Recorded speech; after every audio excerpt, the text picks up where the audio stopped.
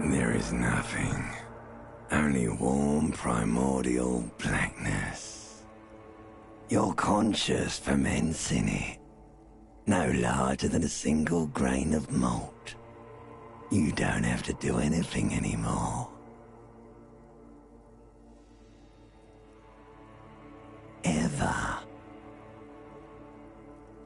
Never, ever. Never, ever, ever, baby. An inordinate amount of time passes. It is utterly void of struggle. No ex-wives are contained within it.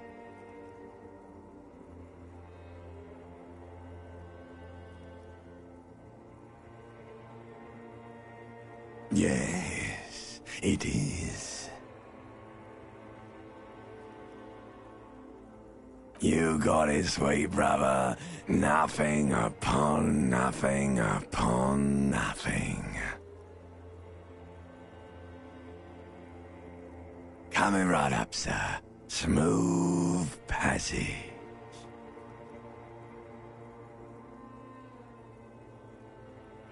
All right. Nothing town to fuck all borough.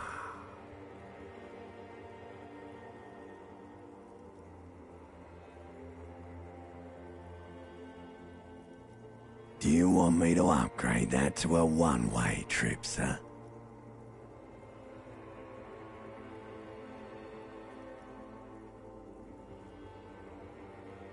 The song of death is sweet and endless.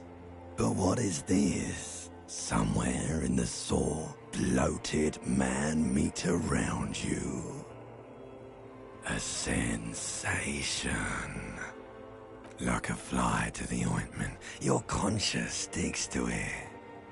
The limbed and headed machine of pain and undignified suffering is firing up again. It wants to walk the desert, hurting, longing, dancing to disco music. The stench of liquor rises from your mouth, and with it, an ungodly headache. A fiery streak penetrates your skull, trying to force your eyes open. It's a sound, a clarion call from hell. Somehow, you know what it is. A Caprice Canema motor carriage.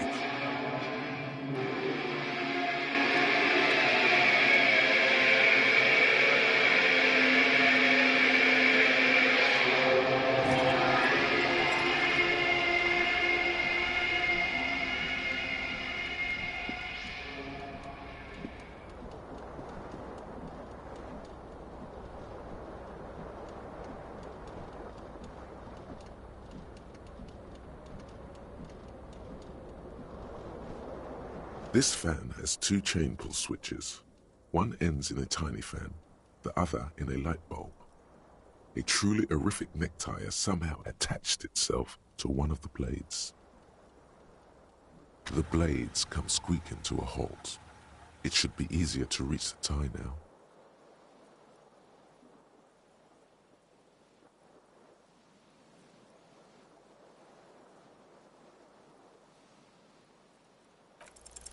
You swoop up and catch the tie. Snap. It's what you have in your hand is a truly hideous necktie with 4 or 5 different patterns. The knot reminds you of a noose. The switch must be broken because nothing happens. The air in the room is starting to feel like vaporized urine.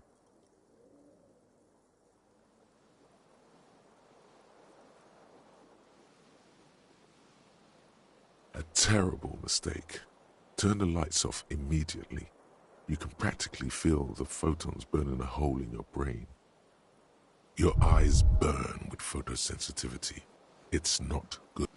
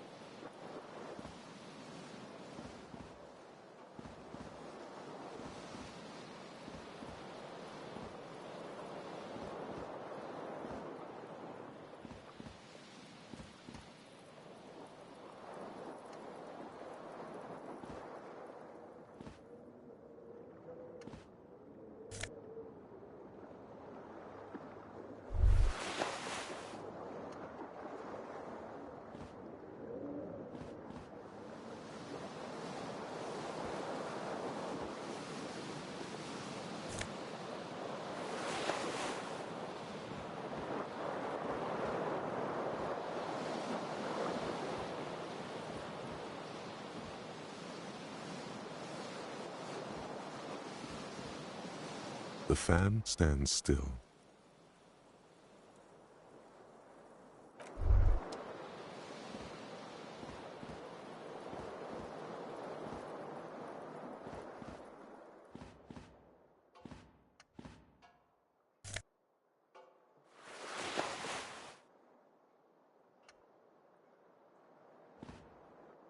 A mirror hangs above a bent and broken sink. In a fierce discharge of masculine energy, someone has ripped half the faucet off.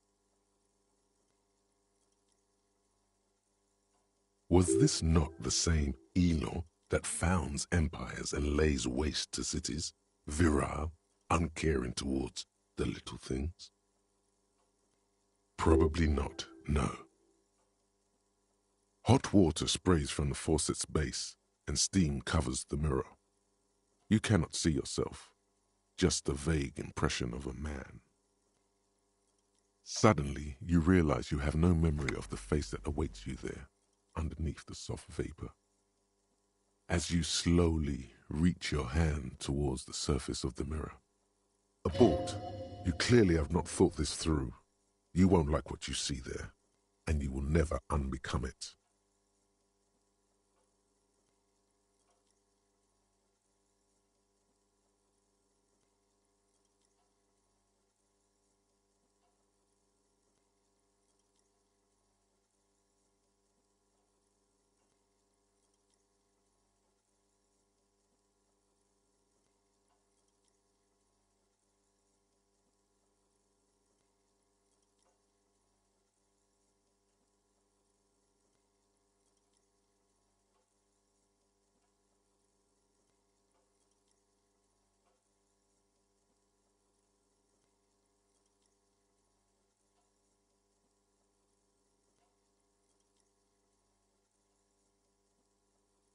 Yeah, there is definitely something wrong with it.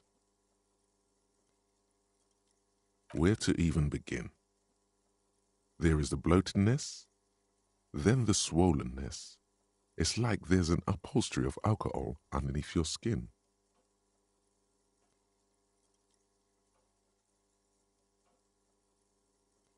Behold, you have no idea who this thing is, do you?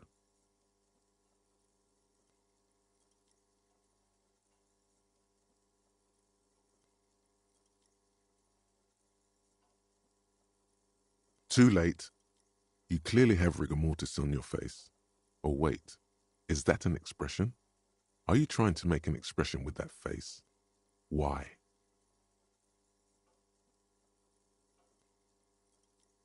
Please stop. It's horrible. You're scaring yourself.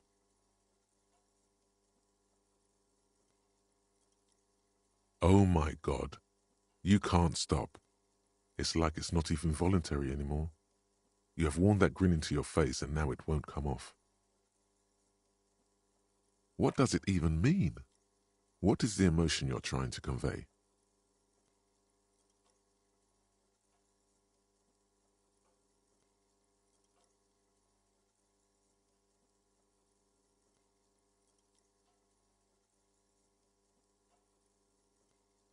You are correct.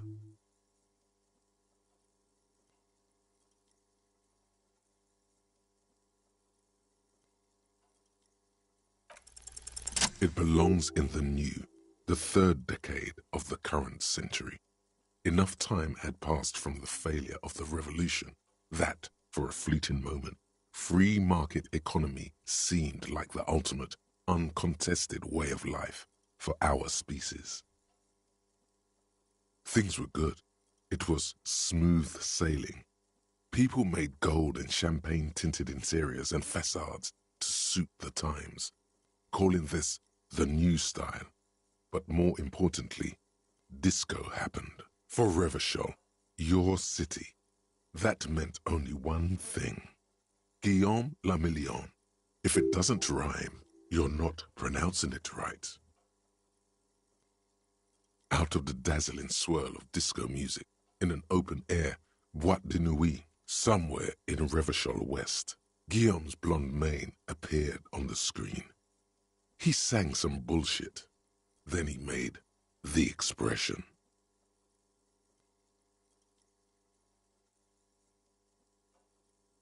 It doesn't have to be. You can swoon over Guillaume and his shadow.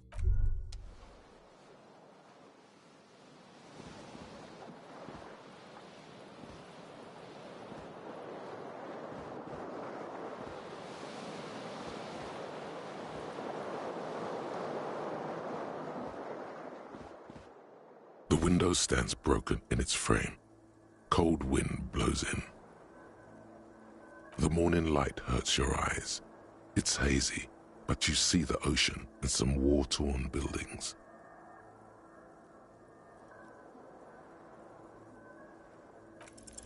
The shards face outward. Whatever broke this window came from the inside. A fine web of scarring covers the back of your right hand, but none of it is recent. More likely a projectile than a held object. There are no fragments on the floor from pulling a tool back in after impact. It is too large for a bullet, yet too small for a piece of furniture. You're looking for something heavy and larger than your fist. Like the green shoe that's on the hat rack in the corner, which, coincidentally, is missing its friend. Congratulations, you smashed the window with your own shoe. Now you only have one. If you're lucky, you can still find the other on the balcony outside. The door to it should be outside your room. A cool wind gushes in. Your toes curl up from the cold.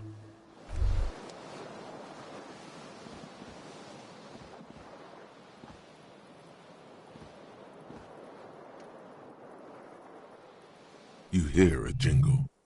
Keys are clinking in the pocket of your flare-cut pants. It says "whirling in rags" on the aluminium keyring. There is a single key on the ring. The number 1 is etched on it. The Whirling in Rags is a hostel cafeteria on the urban coast, frequented by dock workers.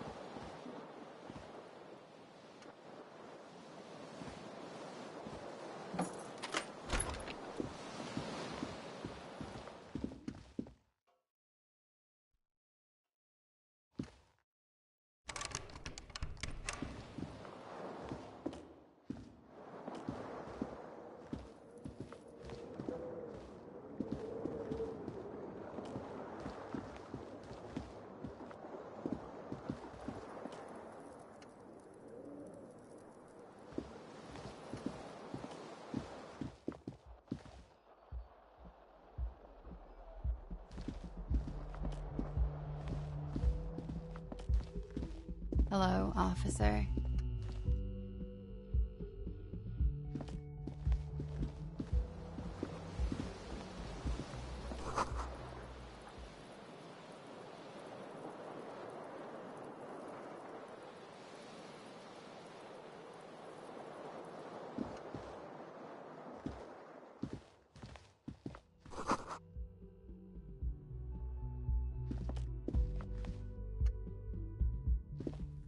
The young woman raises a cigarette to her lips.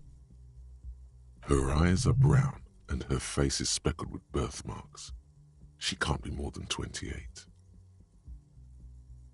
A silver jumpsuit falls off her like scale armor, sparkling. This is the sparkle of too many nights out on the city.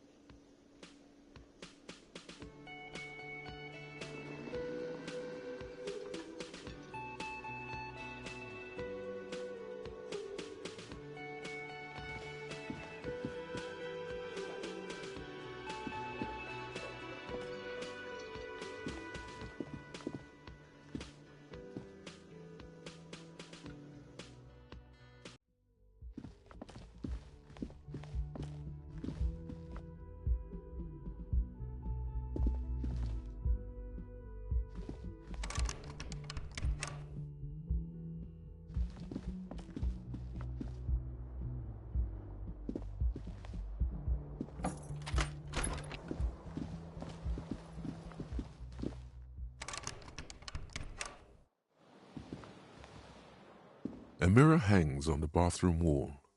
In it, your face, adorned with the "it's too late," like an image on film. The expression belongs to your primary motor cortex. It would take a minor neurological miracle for you to cease producing it.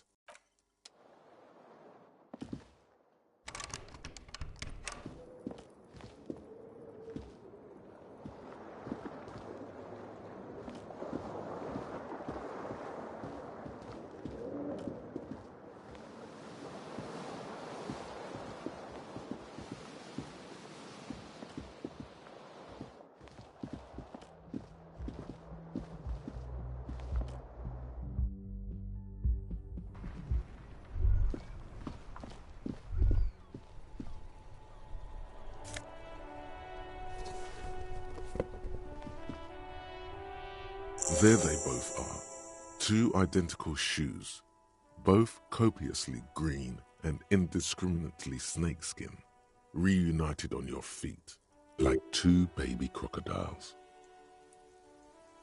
Good, they're balanced, comfy. Feels like the only good thing about you right now, truth be told.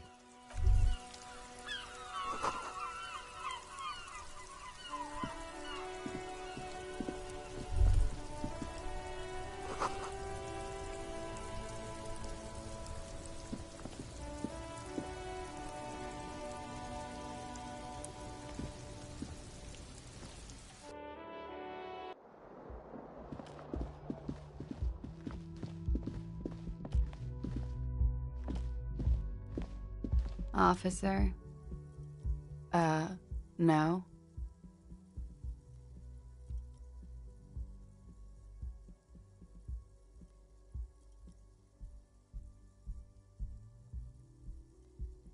Because you're a police officer, sir.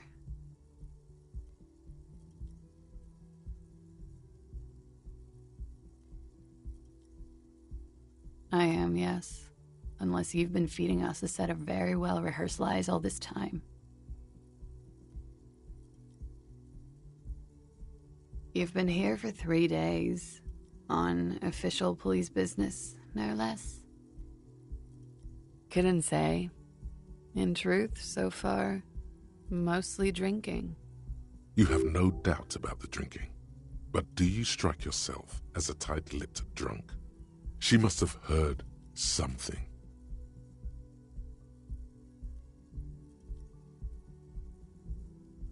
Could it be because of the drinking?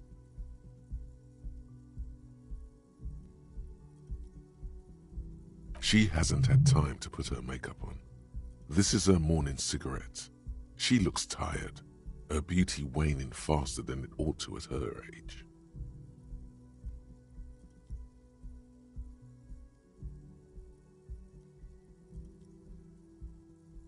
Could it be because of the drinking? She hasn't had time to put her makeup on. She nods.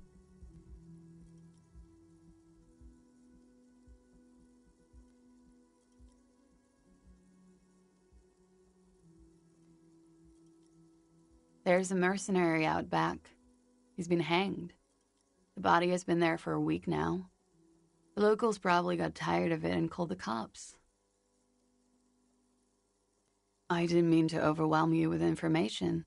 You seem a bit lost, officer.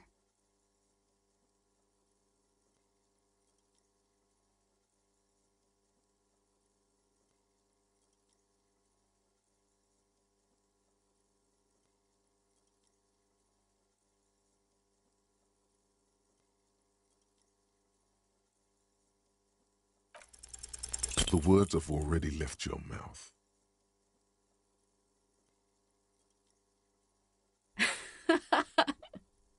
What was that? That's not even how words are used. What did you say? Come on, say it again.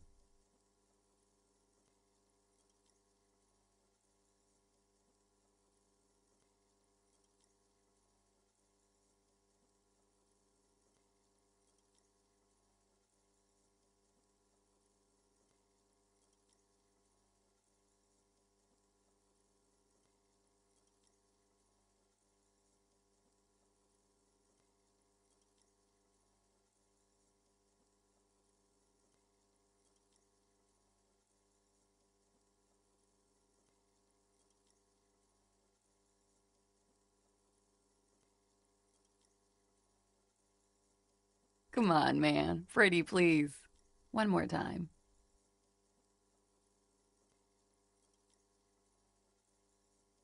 I'm sorry. I didn't mean to hurt your feelings.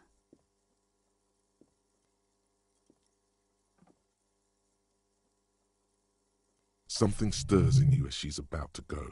Call it an instinct, a need. The need to ask questions. She looks back at you, a light glinting off her eyes.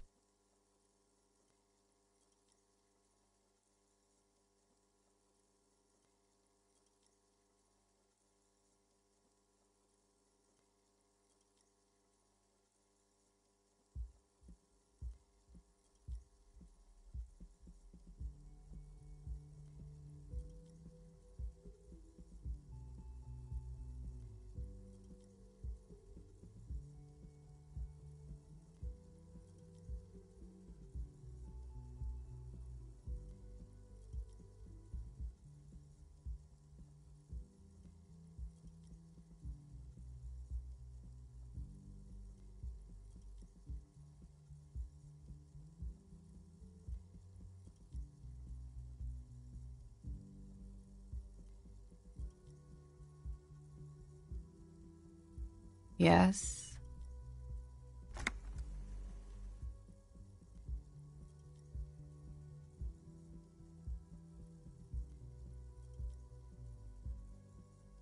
There was the usual ruckus.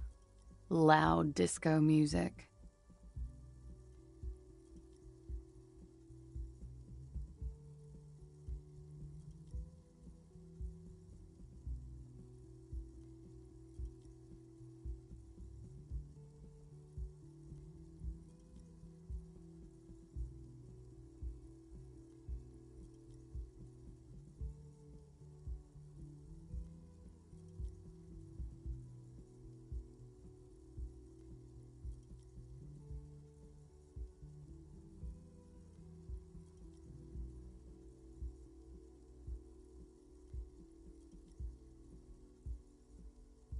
I couldn't say. It's impossible to hear people speaking from over here.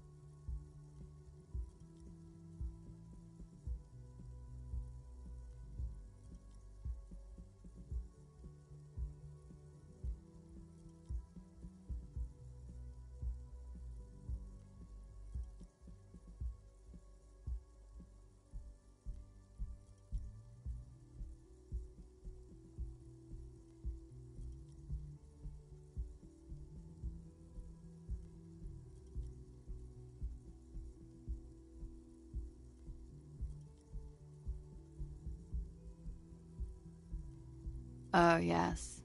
Various artists. Ostentatious orchestration prime among them. Oh, that. Yeah. Whoa. The less said about OO, the better.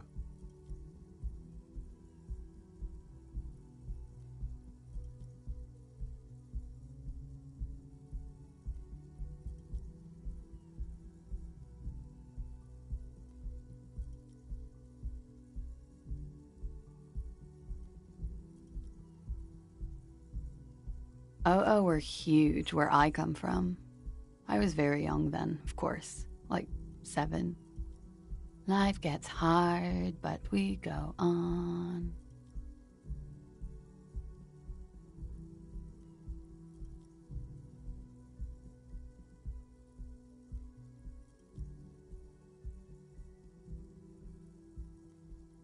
I don't know about that. At around 2 o'clock, the disco stopped, and there was a change of pace.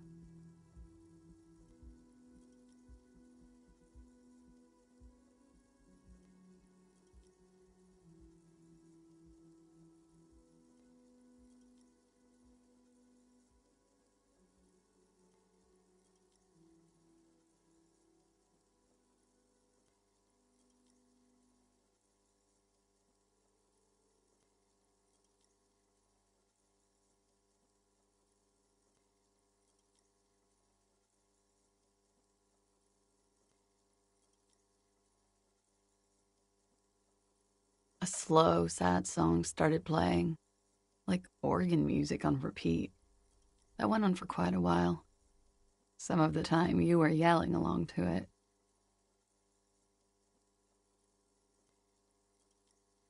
That it doesn't matter anymore and that we're alone now, it was difficult to tell. The song itself was very quiet and soft, but you sounded like a winded boar, sir. It was hard to understand what you were singing on top of it.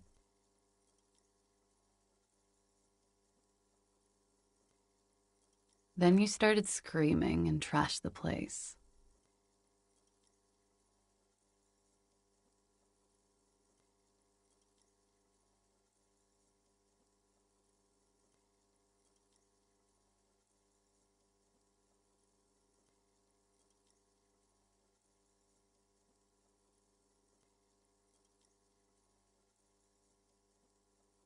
No, it didn't sound like there was a fight.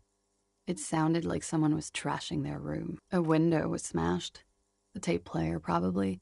The song stopped. And furniture, too. A real destructathon. There was screaming. Then I think you passed out.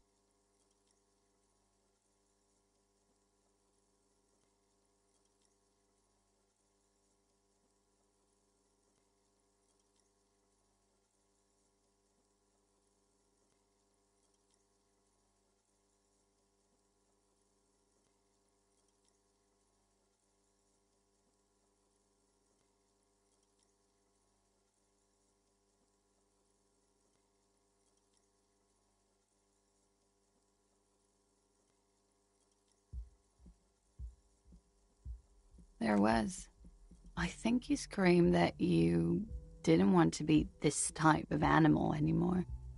I may have misheard, but it was sort of memorable.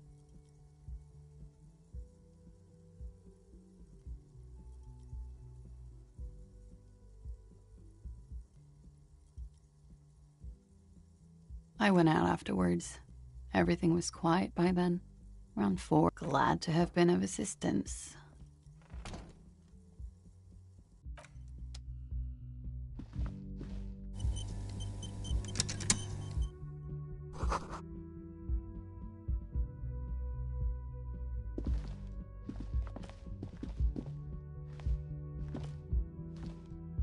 The door is closed. There is no answer. You hear the shower being turned on, somewhere inside.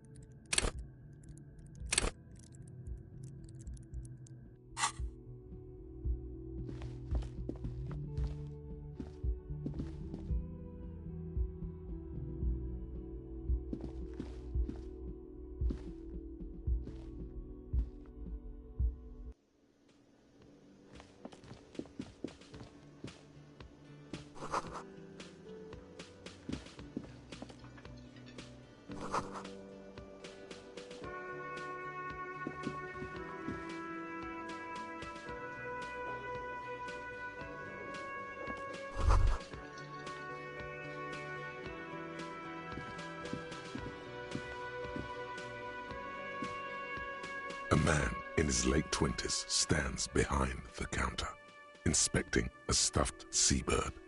As you approach, he gives you a sideways glance, then looks down again.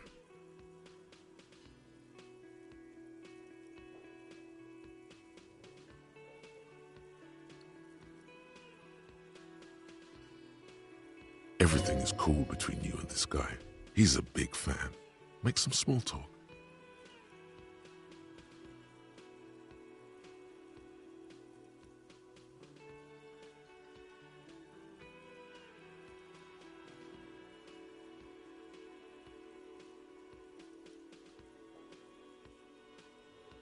No, I'm not the bartender.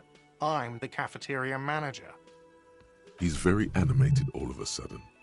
This seems like a touchy subject. Mm-hmm. A competent work of taxidermy. The white and brown seabird lies among piles of coasters and drying mugs. One of its wings broken. The man is trying to mend it.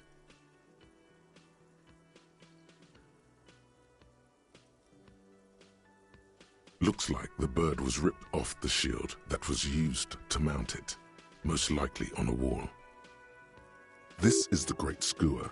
The seabird is the symbol for the discovery of the Insulindian Isola, the part of the world you are in right now. The small steel tag says as much. The great skua. Stegosaurus skua. Look, your buddy is over there.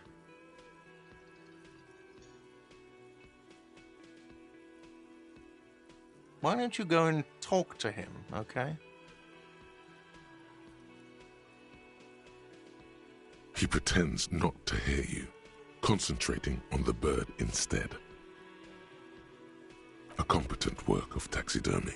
The white and brown seabird lies among piles of coasters and drying. Looks like the bird. This is the great skua. The seabird. The small steel tag says, Look, your buddy is over there. Why don't you go and talk to him, okay? He pretends not to hear you, concentrating on the bird instead. You should totally sing karaoke here, the first chance you get. Your emotions need to be expressed. People need to know your vast oceanic soul.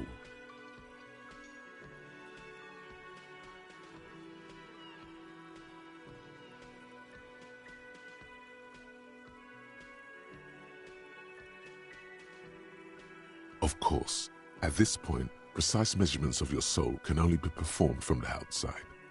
It needs to be heard through a PA system by other people. You should sing the sad, slow song you were listening to last night. Thought it was obvious.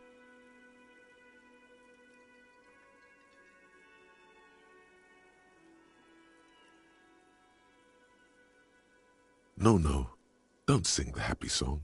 It's stupid. You have to find out how the song goes first, though. Maybe a tape of something appropriate would help.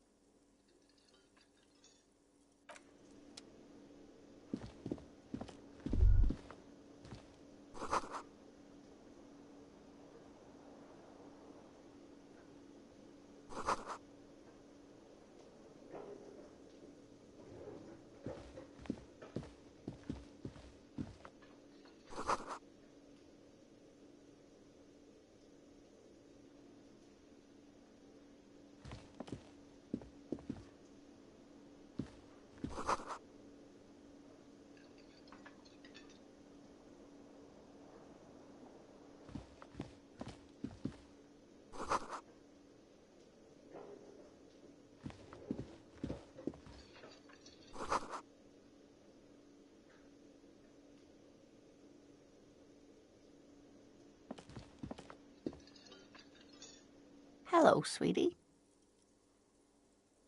You shouldn't keep your colleague waiting.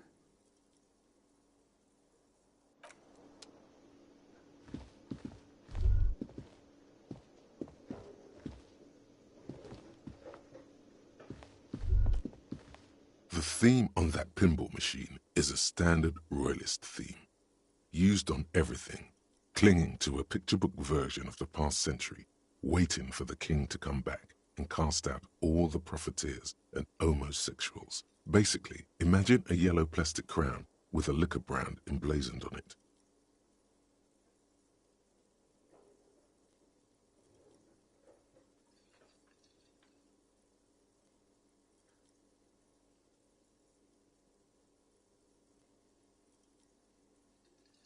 The contemporary period stands still. The fated carousel of progress that doomed the royalists is itself winding down.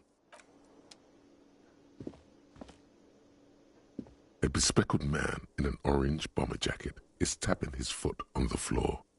Looks like he's waiting for someone. As you approach, he narrows his eyes and extends his hand in greeting. On the sleeve of his bomber jacket, as well as on its back, are the same enigmatic white rectangles as on your blazer. Hello, I'm Kim Kitsuragi, Lieutenant, Precinct 57. You must be from the 41st.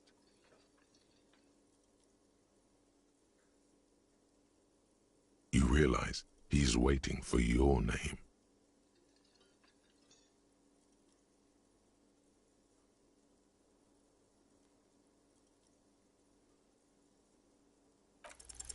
Concentration makes you squint your eyes. Your name should be deep gold and orange, like a forest fire looming on the horizon, but mixed with the stench of liquor rising from your breath. You're 2 steps closer to it, but there are still many to go. Okay then. It looks like we had a little scheduling error on Sunday. Saturday too, actually. Have you had time to talk to the manager here? What he means is, he has been trying to meet up with you for 2 days, but you have been otherwise occupied.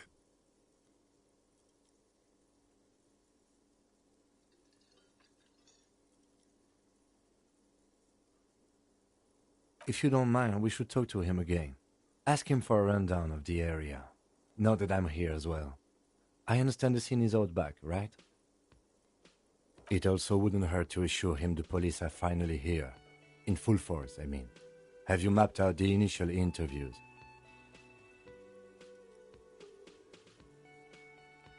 At the 57th, we like to prepare an initial list of persons of interest, and then just skim the surface. Prepare the field, get to know the players. You don't do that? Maybe it's not an inter-district practice. Right. And the interviews?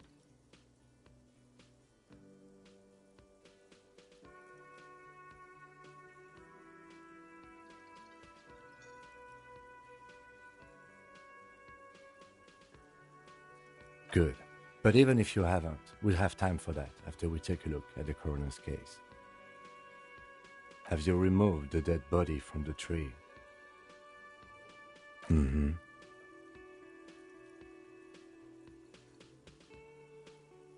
Mm-hmm.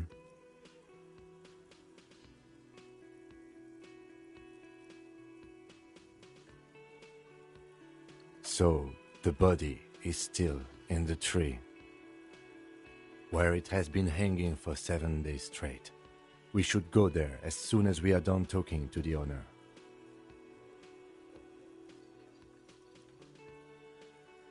I was sent here to meet a detective from Precinct 41. You have the insignia of the Citizens Militia on your sleeve and on your back. I suppose you could be impersonating him. You could have gotten the insignia from the black market or forged it. But for now, I'm going to set those possibilities aside. I'm not from the Inspectorate General.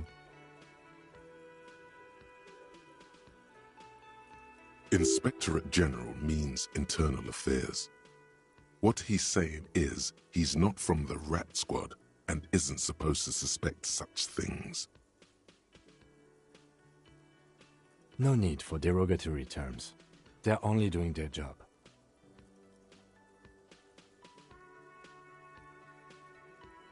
Yes.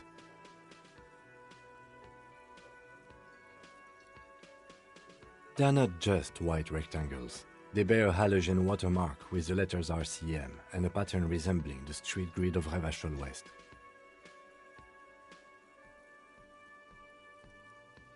I would ask you to step into the headlights of my motor carriage, but again, it's none of my concern. I just need you to do your job.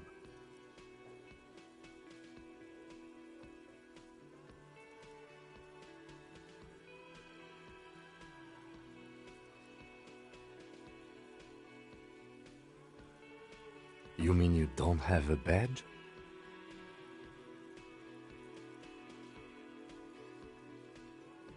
Losing your identification card is a serious matter.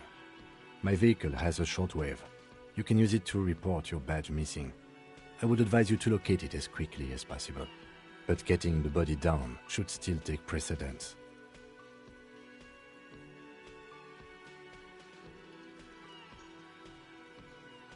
I can see you drank last night and the night before, and that you are still drunk now. But I have seen officers go through worse. Much worse.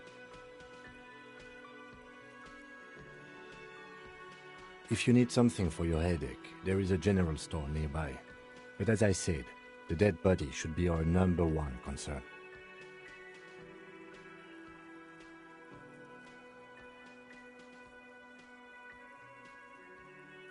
Talk to the manager. Then we go out back and take the body down. After you, officer. Lieutenant Kitsuragi is now in your party. You can talk to him whenever by interacting with him.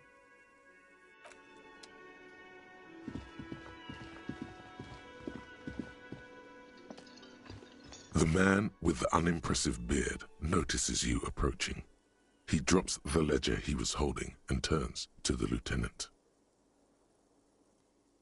Mr. Gart, right? You run this place. Yes. I am Kim Kitsuragi from Precinct 57. This is an inter-district investigation, so joining me from Precinct 41...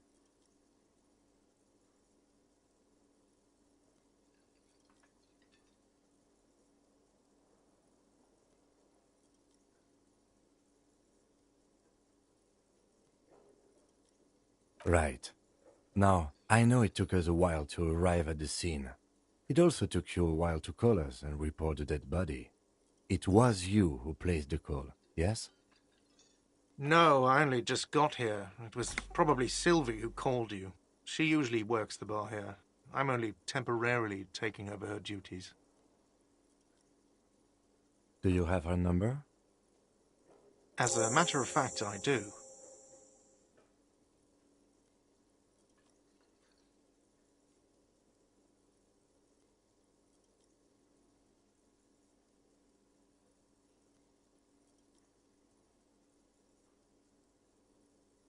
This sounds like something you can use to call this Sylvie later.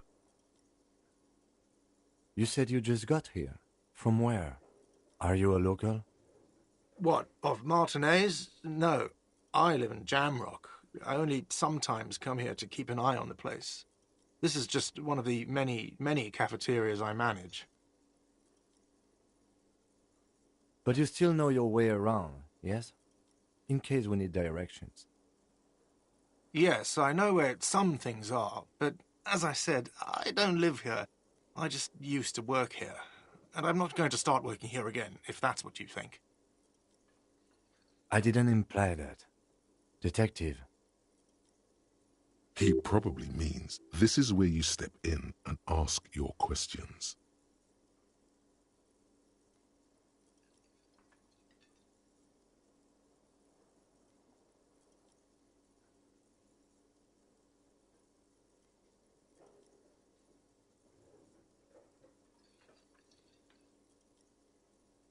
His face expresses profound doubt in your having this. Ask him about the body's location before asking if he killed him. People give up information in the more innocuous questions, which you can later use in the more sinister ones, not vice versa. Behind this building, there's a courtyard. They hoisted him up on a tree there.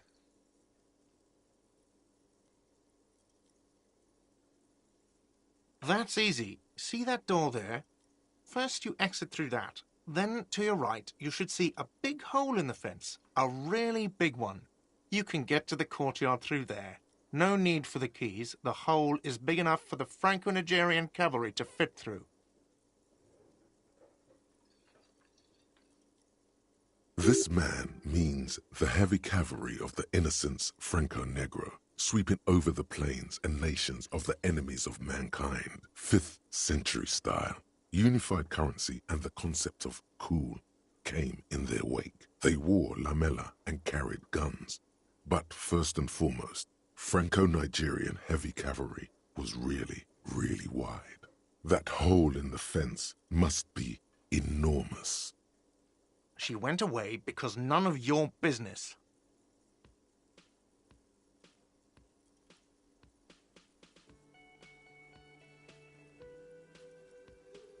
not been telling you you're a cop?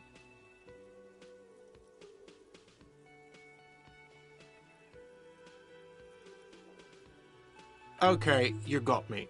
She went away because of the dead body out back. And because I asked for her number. That's why Sylvie went away. I hope you're... Thank you.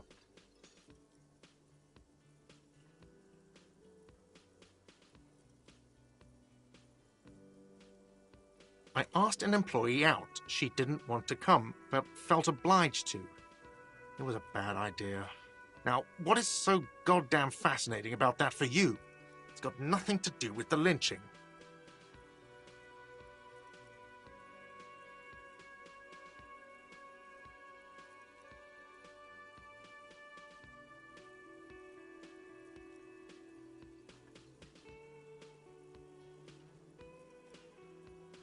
Good for you. Was there something else? I'd like to get back to what I was doing.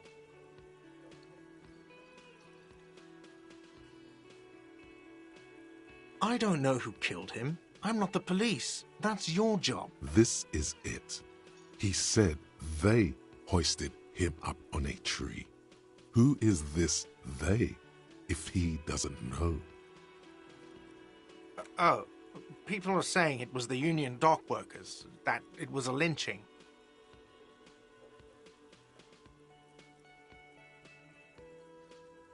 The locals, the customers, the people who eat here, a lot of dock workers eat here. Sylvie told me everyone knows the dock workers did it. Did the debarders themselves tell her this, or is it a rumor? I don't really know. You'll have to ask her. I would suppose it's because they have nothing better to do. You mean the strike? Yes, the strike. The man they hanged was a security guard for the harbour company, I hear. A mercenary. The unionistas probably thought they'd send a message.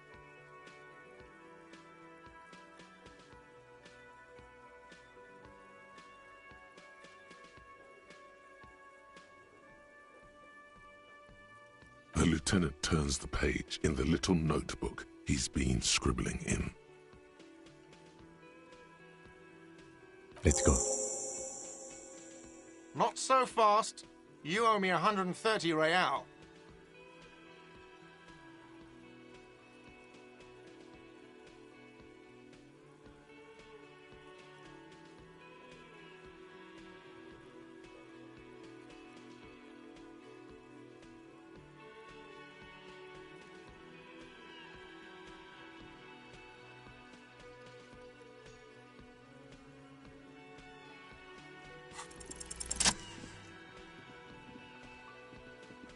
As you blow this joint, behind you a whiny voice shouts.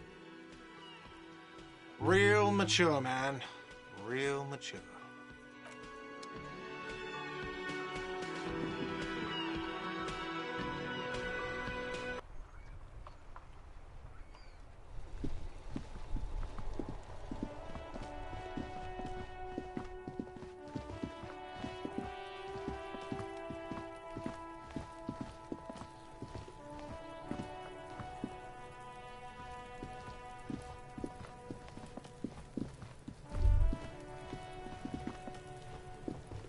Kuno's got this.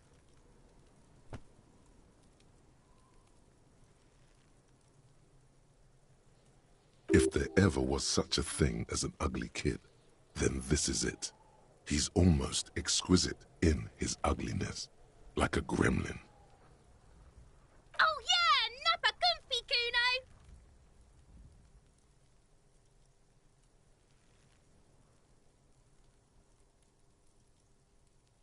Right in the dick, Kuno! Get him right in the dick! Love it in the dick. The boy is sweating profusely. His eyes are like two black holes and his jaw is twitching as if trying to break free from the empire of his body.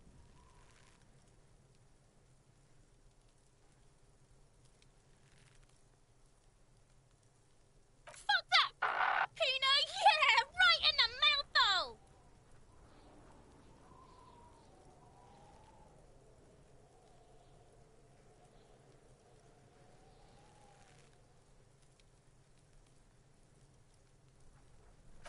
Shit himself? The rake, Kuno! You should throw the rake at him, Kuno! The fuck? Does Kuno know what a rake is? Kuno's not a gardener.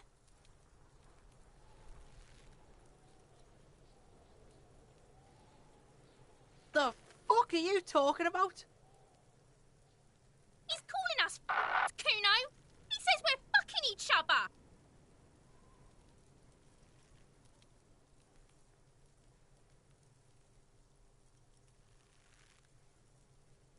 We shouldn't do anything. I don't tempt such forces. You will see. The language these kids are using, pure unfettered id. There will be no reasoning with those creatures.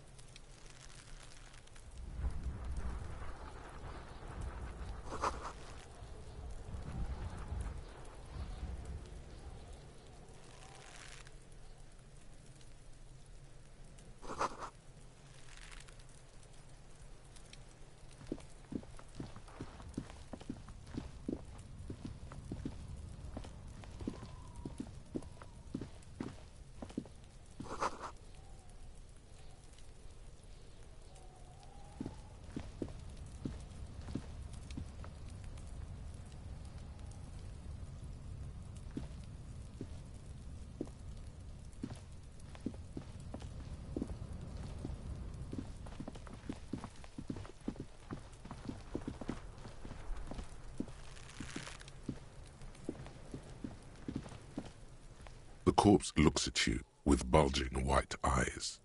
The face around them does not look human. It's swollen and ready to burst. His lips are fish-like and his tongue like a ball gag in his mouth. You seem to be holding your breath.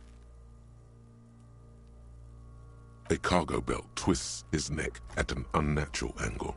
The body below appears stiff. It's letting out an ungodly rot. The smell seeps in even through your clenched nostrils.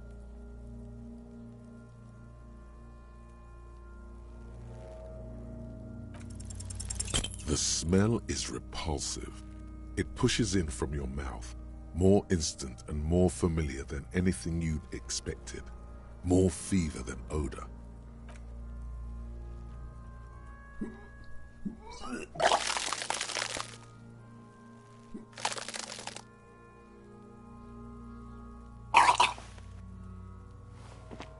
Too late. It's impossible to keep in. Your body curls and pushes it out until a pool of vomit lies under your feet and your throat stings from the stomach acid. The smell of Commodore Red rises from the pool. Among it, distilled spirit and bits of shish kebab.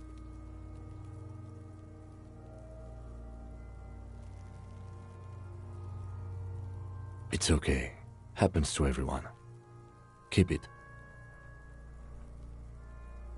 The hangover is clearly making this worse for you. You could use some ammonia to clear your head. If you can handle the headache, some officers use it to deal with cadaverine odor.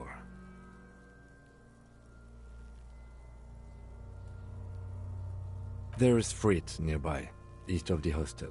They usually have a small apothecary. If they don't... There's a greenhouse here, and a gardener with a wheelbarrow on the corner of the whirling in rags. If she works here, she might have something for the smell. Pretty clever. Acquiring ammonia will provide a modifier to the white check. Modifiers make checks easier and allow you to retry them.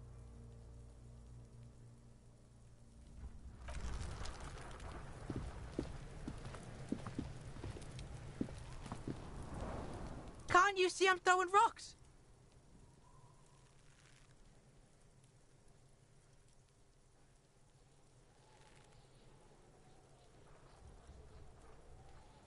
All right, entertain the Kuno. Show me what you got. What you got there?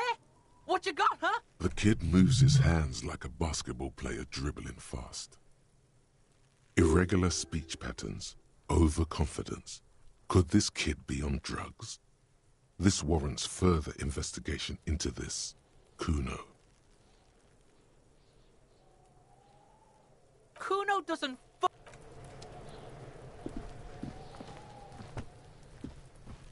Kuno, the pig's getting pretty close to me. Come to snuff my shit out, I think.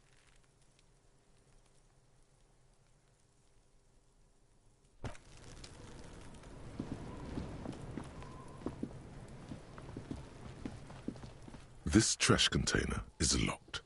The sliding lid has a padlock that says,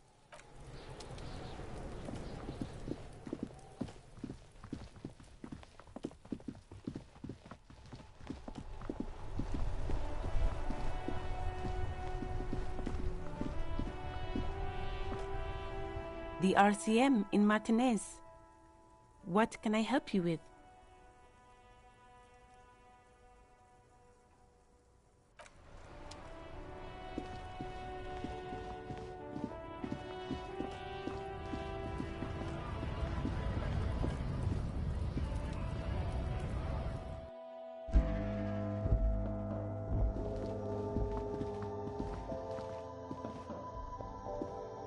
Welcome to Frit. Feel free to look around or something. Everything is out on the shelves. what's that magazine she's reading?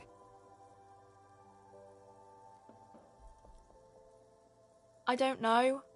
Frit?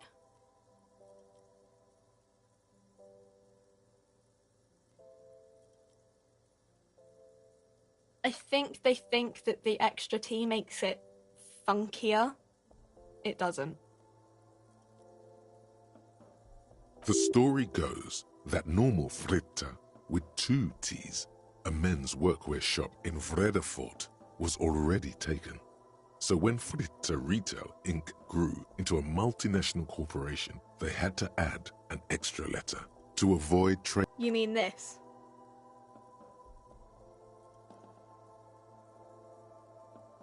This is Pop Stars. It's got, like, famous people in it. It's not for sale. Looks like it also has something called Police de la Mode, featured on page 34. This speaks to you.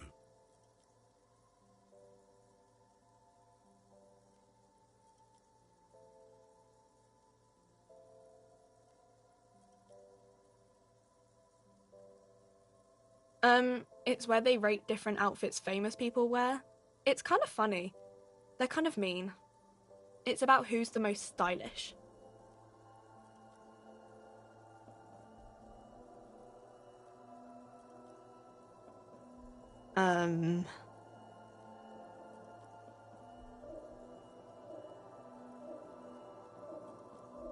No, I don't think so. We are not the fashion police. We're the real police.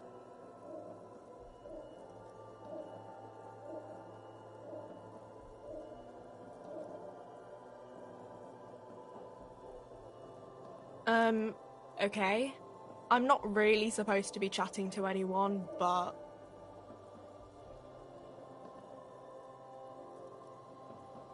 She looks up from her magazine, eyes filled with tired ennui. Yes, what we have is there, in the medicine cabinet. Go take a look yourself. I don't really know anything. I mean, I know it's there, but I haven't seen it, so... Not really. No. I didn't know him at all.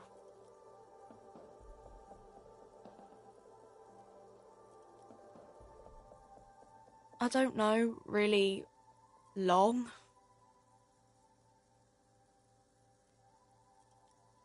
I don't know. No need to worry. It's just standard procedure for us to ask around. If you hear anything, let us know, okay? Okay. Uh-huh.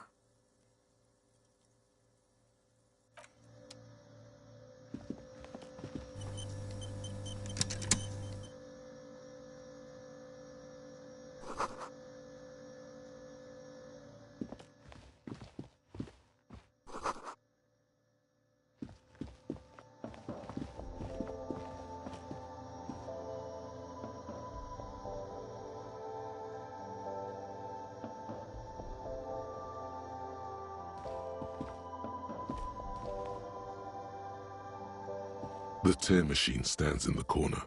A sign says, 1 bottle equals 10 cents. Oh, that's the tear machine.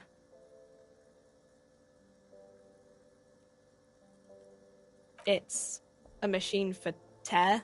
You know, you find tear outside, like bottles or whatever, and put it in the machine, then it gives you money.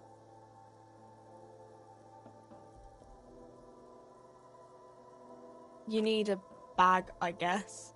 We used to have some, but we gave them all out, so... Feel free to use it if you find a bag, though. I'm sure there are some out there, somewhere.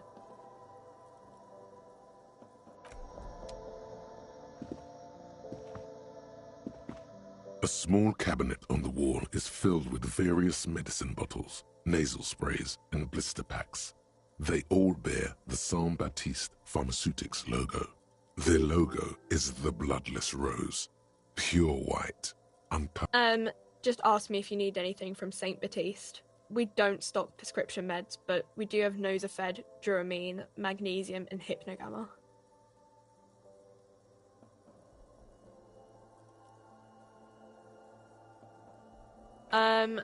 I don't know. Let's see. Nosafed is a nasal spray. Duramine is a really good painkiller. Magnesium is a dietary supplement. Hypnogamma is... I don't really know what Hypnogamma is. I guess it makes you feel less shit. It's recommended to use after lots of partying, studying, or exercising. No, sorry. I'm not like a doctor or anything. Nosafed heals +1 health. Duramine heals +3 health. Magnesium heals +1 morale. Hypnogamma heals +3 morale. Saint Baptiste, you know, the pharmaceuticals company.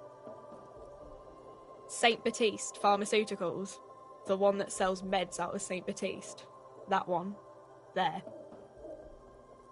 She is right. Saint Baptiste, the company, derives its name from Saint Baptiste, the city. Itself so named because that's what it is. A rare case where that really is the full etymological history. As far as almost anyone knows, at least.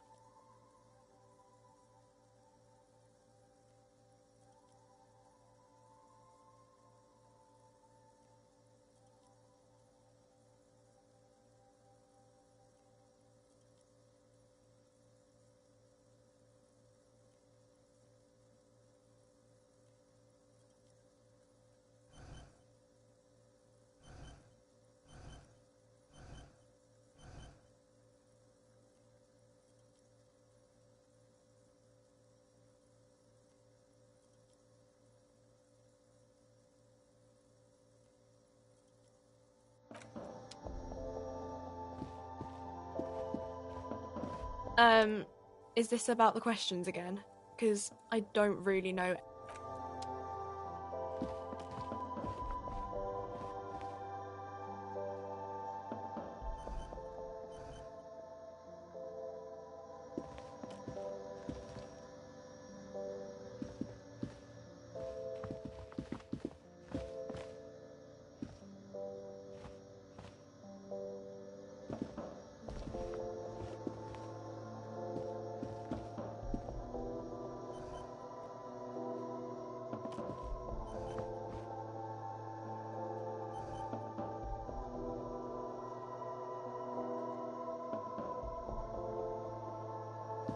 You see several packaged raincoats fill a low shelf beneath a display of croissants and juice bottles. The raincoats are transparent, except for the big Fritta slogan on the back. The packages are small, discreet, sloppily stacked, making them easier to take unnoticed. No need to worry about knocking over a display. What is what? It's a raincoat. If you want to buy one, then it's only 4 real. Her attention is drawn to the raincoats. Stealing one undetected will now be more difficult.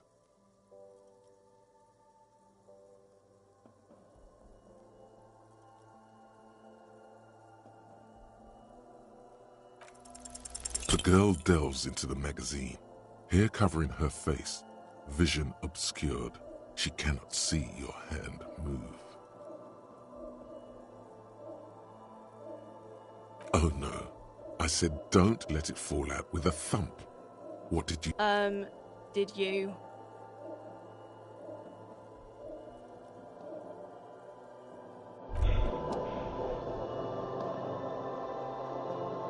Despair creeps into you, getting fat on your weakness. Whatever noble intentions you once had as a police officer, it's eaten them all up now. You're still coming up with sentences. That's a step up from total annihilation, right?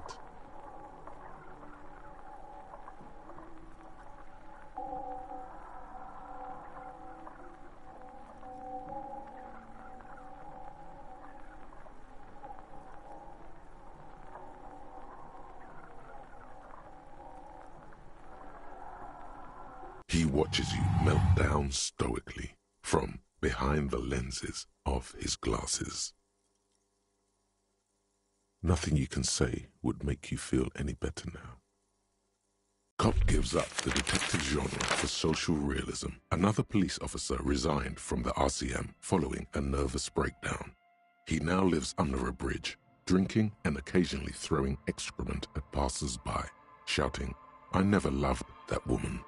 When asked to comment, former colleagues objected to the theory that his psychological disintegration was precipitated by his wife leaving him. "It's because the Furrows lost that match," said Captain Ptolemy Price, once the man's superior officer. "It's because he couldn't get a big gun from acquisitions, and anyway, police work really burns you out after a while," Satellite Officer Jean-Vic Mayer, the deranged former cop's partner, commented. Sergeant Mac Torson, another former colleague, did not propose any theories, merely saying, "Whatever happened to him wasn't about birds. He got fucked, that's all."